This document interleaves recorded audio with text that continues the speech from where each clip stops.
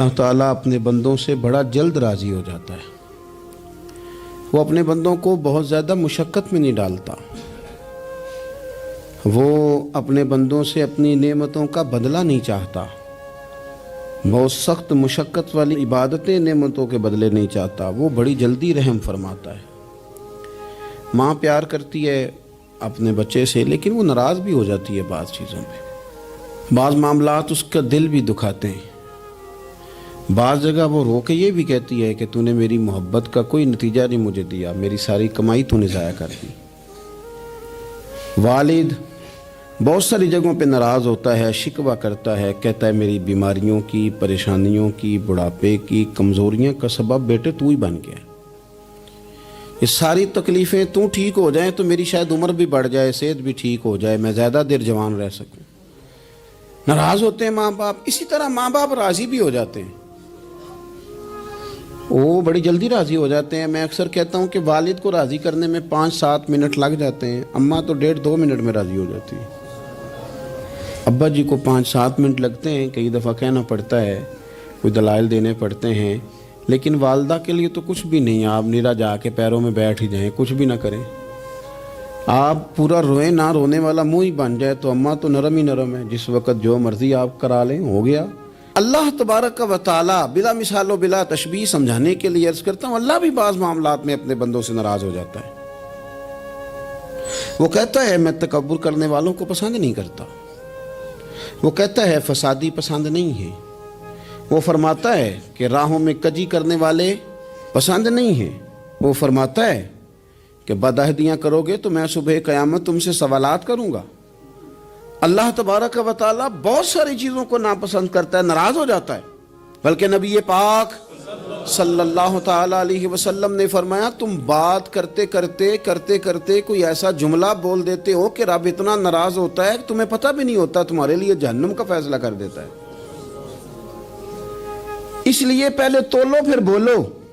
خود اپنے لفظوں کی تو تم پہرے داری کرو نا کہ میں کیا کہہ رہا ہوں۔ کوئی ایسا جملہ، کوئی ایسی بات وارث شاہ مان کری نہ وارثاندہ، کوئی ایسی بات نہ تمہاری زبان سے نکلے۔ اور حضور یہ بھی فرماتے ہیں کہ اس کا دوسرا پہلو بھی ہے، بعض اوقات تم بات کرتے ایسا جملہ کہتے ہو وہ اتنا راضی ہوتا ہے کہ تمہارے لیے جنت کا فیصلہ فرما دیتا ہے۔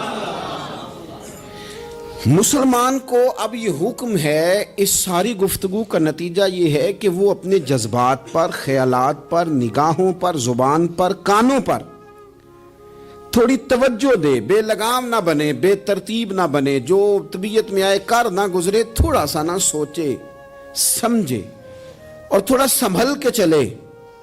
کبھی ان کاموں کی طرف نہ جائے جن سے رب ناراض ہو جاتا ہے، ان کاموں کی طرف بڑھے جن سے اللہ راضی ہوتا ہے۔ میرے نبی پاک صلی اللہ تعالیٰ علیہ وآلہ وسلم نے ارشاد فرمایا، بعض احادیث میں لفظ یہ ہیں کہ اللہ اپنے بندوں کو دیکھ کے مسکراتا ہے جو اس کی شان کے لائق ہے۔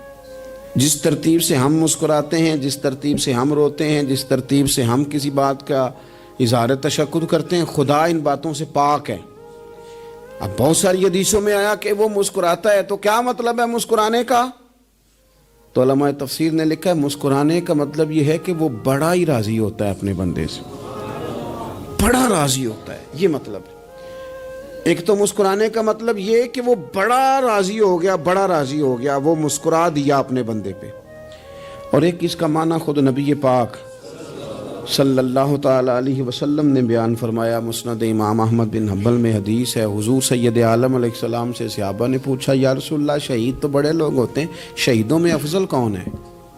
تو اللہ کے حبیب علیہ السلام فرمانے لگے وہ والا بندہ جو ڈٹ گیا تھا کافروں کے مقابلے میں، وہ ہلا نہیں، پوری طرح ڈٹ کے جو لڑا وہ شہداء میں افضل ہے۔ حضور فرماتے ہیں وہ جنت کے بالا خانوں میں سیر کرے گا اور رب اسے دیکھ کے مسکرائے گا، رب اسے دیکھ کے مسکرائے گا، اللہ تعالیٰ مسکراتا ہے اسے دیکھ کے۔ اور اگلے جملے میں حضور نے وضاحت کر دی، فرمایا جب رب دنیا میں کسی پر مسکراتا ہے نا تو اس کا معنی یہ ہے کہ قیامت میں پھر اللہ اسے حساب کوئی نہیں لے گا۔ جس پر اللہ دنیا میں مسکرا دیا اس سے کوئی حساب تو وہ کام ڈھونڈنے چاہیے نا جس سے اللہ مسکرائے. ویسے کبھی ہم ایسا کرتے ہیں کہ نہیں کہ کسی کو راضی کیا جائے؟ یہ کام ہم کرتے ہیں کہ ہماری کمپنی کا جو سربراہ ہے وہ ہم سے راضی رہے. جس ادارے میں ہم پڑھاتے ہیں اس ادارے کا بڑا ہم سے راضی رہے. یہ کرتے ہیں ہم، اس کے لیے کچھ نہ کچھ ہیلے بہانے ہم کرتے ہیں. برادری، قبیلہ، علاقہ، بستی، لوگ کسی طریقے سے ہمارے ساتھ مطمئن رہیں. کرتے ہیں نا یہ سارے کام. اس میں تھوڑی مشکل بھی ہمیں آتی ہے لیکن کرتے ہیں. کیا کریں، گھر میں بھی کئی دفعہ ایسا ماحول بنانا پڑتا ہے. چلیں ایک اور میٹھی مثال دیتے ہیں، زیادہ سمجھ میں آئے گی. چھوٹا بچہ خوش رہے، آپ اس کے لیے محنت نہیں کرتے. وہ چھوٹا ہے، اس کو خوش کرنا فرض ہے ابا پہ. لیکن وہ کہتا ہے کہ میں نے موٹر سائیکل لینا ہے. چھوٹا ہے، چلا ہی نہیں پائے گا، تو ابا پھر اسے راضی کرتا ہے، کہتا ہے بیٹے چھوٹا سائیکل لے لے، چل میں تجھے اڑانے والا جہاز لے دیتا ہوں. مقصود کیا ہے کہ اس کو ناراض نہیں کرنا، یہ روئے نہ، اس کا دل نہ ٹوٹے. ہو یارو سنو نا میں کیا کہہ رہا ہوں. اگر چھوٹے بچے کے لیے وہ چیزیں ڈھونڈتے ہو، میرے ابا جی نا اپنے نواسے کے لیے کھلونا لے کے آئے تو بچہ بڑا ہی کھیلا تو ابا جی کہنے لگے لو پیسے پورے ہو گئے. میرے بچے کو پسند بڑا ہے نا، پیسے پورے کر چھڑے نے. دیکھو نا جی کتنا اس کو راضی ہوا ہے. تو انسان کیا کرتا ہے کہ کوشش کرتا ہے چھوٹا بچہ بھی ناراض نہ ہو، تو وہ چیزیں وہ ڈھونڈتا ہے کہ اس کو کیا پسند ہے. چاکلیٹ لے جاؤں، فلاں چیز لے جاؤں، آئس کریم لے جاؤں. تو ایک بچے کے لیے، گھر کے لیے، سربراہ کے لیے اتنی محنت کرتے ہو، تو وہ کام بھی ہمیں ڈھونڈ کے تلاش کرنے چاہیے نا جس سے رب راضی ہوتا ہے، اللہ راضی ہوتا ہے. بتاؤں وہ کون کون سے کام ہیں؟ نبی کریم صلی اللہ تعالیٰ علیہ وسلم نے ارشاد فرمایا 3 لوگ ہیں جنہیں دیکھ کے رب مسکراتا ہے.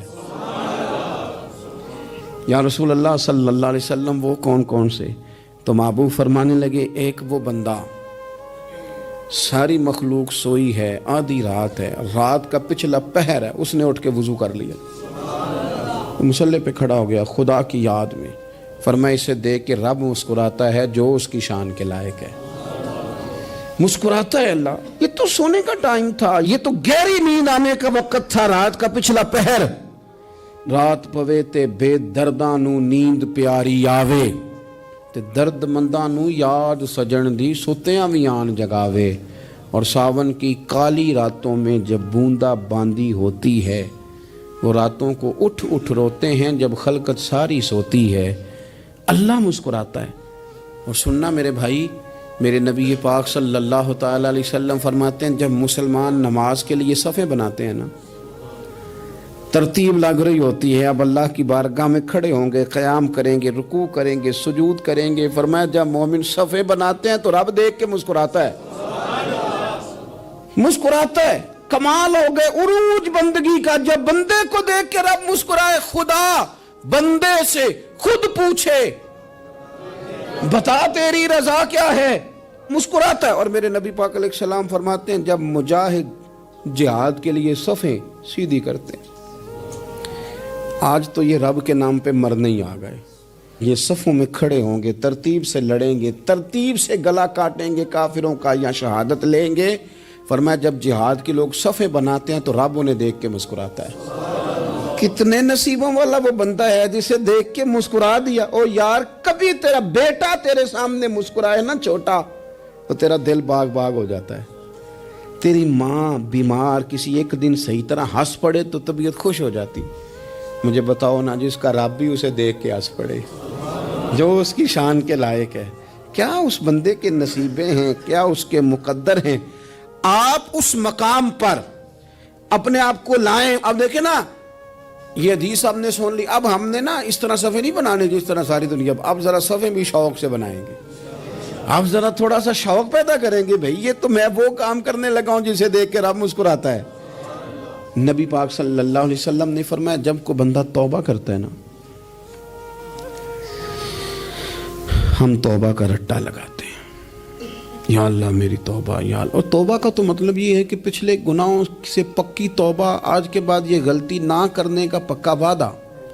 تو نے ساری شب برات رو کے گزاری ہے، بتا سویرے جھوٹ جوڑنے کا ارادہ ہے تیرا؟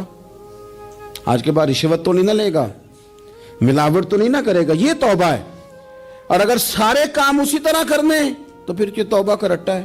جتنا مرضی لگاؤ، حضرت علی بن ربیہ رضی اللہ تعالیٰ عنہ فرماتے ہیں میں مولا علی کے ساتھ تھا، مقام حرہ کی طرف جا رہے تھے، حضرت علی نے ہاتھ اٹھا کے دعا مانگی ہماری تعلیم کے لیے، ورنہ حضرت علی ہم صحابہ کو محفوظ عن الخطا تو مانتے ہیں نا، ہاتھ اٹھا کے کہا اے اللہ ہمارے گناہ بخش دے، تیرے علاوہ کوئی معاف کرنے والا نہیں۔ اور پھر حضرت علی آسمان کی طرف دیکھا اور دیکھ کے نا حضرت علی بن ربیہ کو تو مسکرائے۔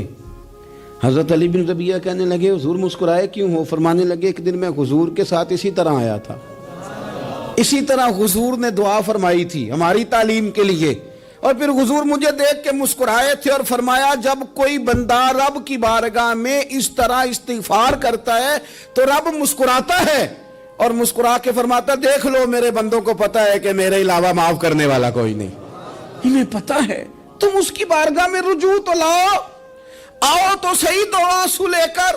اقبال کہتے ہیں کہ موتی سمجھ کے شان کریمی نے چن لیا، قطرے دو گرے میرے ار کے انفعال کے، دو میں نے آنسو بہائے تھے تو اس کے کرم نے تو موتی سمجھ کے چن لیے۔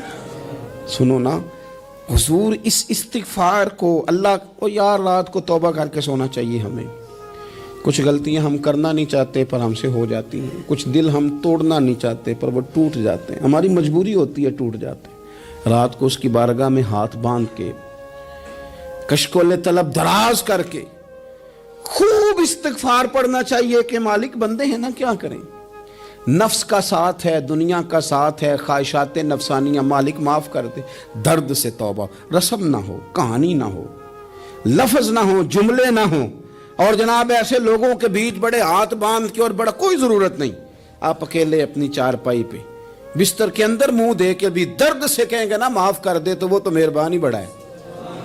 میرے نبی پاک صلی اللہ علیہ وسلم مثال دیتے ہیں، فرمایا ایک آدمی صحرا میں جا رہا، صحابہ سے حضور خطاب کر رہے ہیں، فرمایا ایک آدمی صحرا میں جا رہا تھا، اس نے اپنی اونٹنی پہ کھانا پانی پیسے ہر چیز رکھی ہوئی تھی، صحرا تھا بہت بڑا، درمیان صحرا کے گیا تو تھوڑا سا سستانے کے لیے آرام کرنے کے لیے اونٹنی سے نیچے اترا، اب اس نے اونٹنی کی لگام اونٹنی کی نکیل اپنے سرہانے کے نیچے رکھی، ہاتھ کے ساتھ پکڑی اور سو گیا، تھوڑی ہی دیر کے بعد جب اس کی آنکھ کھلی تو دیکھا اونٹنی غائب ہے، صحرا میں وہ پیدل نہ آگے جا سکتا ہے نہ پیچھے جا سکتا ہے، نہ دائیں نہ بائیں، کھانے کو روٹی نہیں، پینے کو پانی کا قطرہ نہیں، تھوڑا ادھر بھاگا ادھر بھاگا تھک گیا، کریم محبوب فرماتے ہیں وہ پوری طرح نڈھال ہو گیا اور مایوس ہو گیا، معاذ اللہ مایوس ہو کے دوبارہ اسی جگہ آ کے لیٹ گیا جہاں پہلے لیٹا تھا، انتظار کرنے لگا کہ اب موت ہی آئے گی،